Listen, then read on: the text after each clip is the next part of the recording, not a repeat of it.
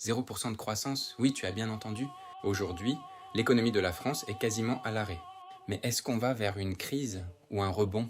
Selon les dernières estimations de l'INSEE, la croissance est proche de 0% début 2026. La croissance économique stagne désormais dangereusement. L'inflation reste encore élevée, autour de 3%. Et la consommation des ménages est en nette baisse. Concrètement, les Français consomment moins. De leur côté, les entreprises investissent beaucoup moins. Et c'est toute l'économie qui ralentit progressivement. Pourquoi ça bloque? D'abord, l'énergie. Les tensions au Moyen-Orient font grimper les prix du pétrole et du gaz. Cela pèse lourdement sur les coûts de production.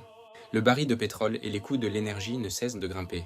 Ensuite, les taux d'intérêt élevés imposés par la Banque centrale européenne dans le but de lutter activement contre l'inflation. Résultat, emprunter coûte plus cher, ce qui signifie moins d'investissement et donc mécaniquement moins de croissance. Et enfin, un facteur clé, la perte de confiance. Quand les ménages ont peur de l'avenir, ils dépensent moins. Alors, faut-il vraiment s'attendre à une récession ou une reprise? Pour l'instant, on est dans une zone grise, pas encore de crise, mais clairement un ralentissement. Si les prix de l'énergie baissent et que les taux se stabilisent, un rebond est possible.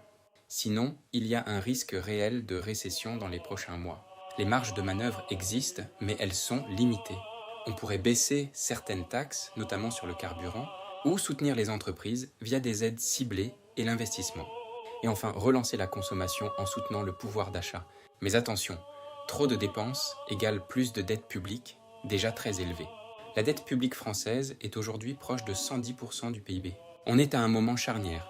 Soit l'économie repart, soit la France entre dans une période difficile. Et comme toujours, ce sont les ménages qui sentiront l'impact en premier.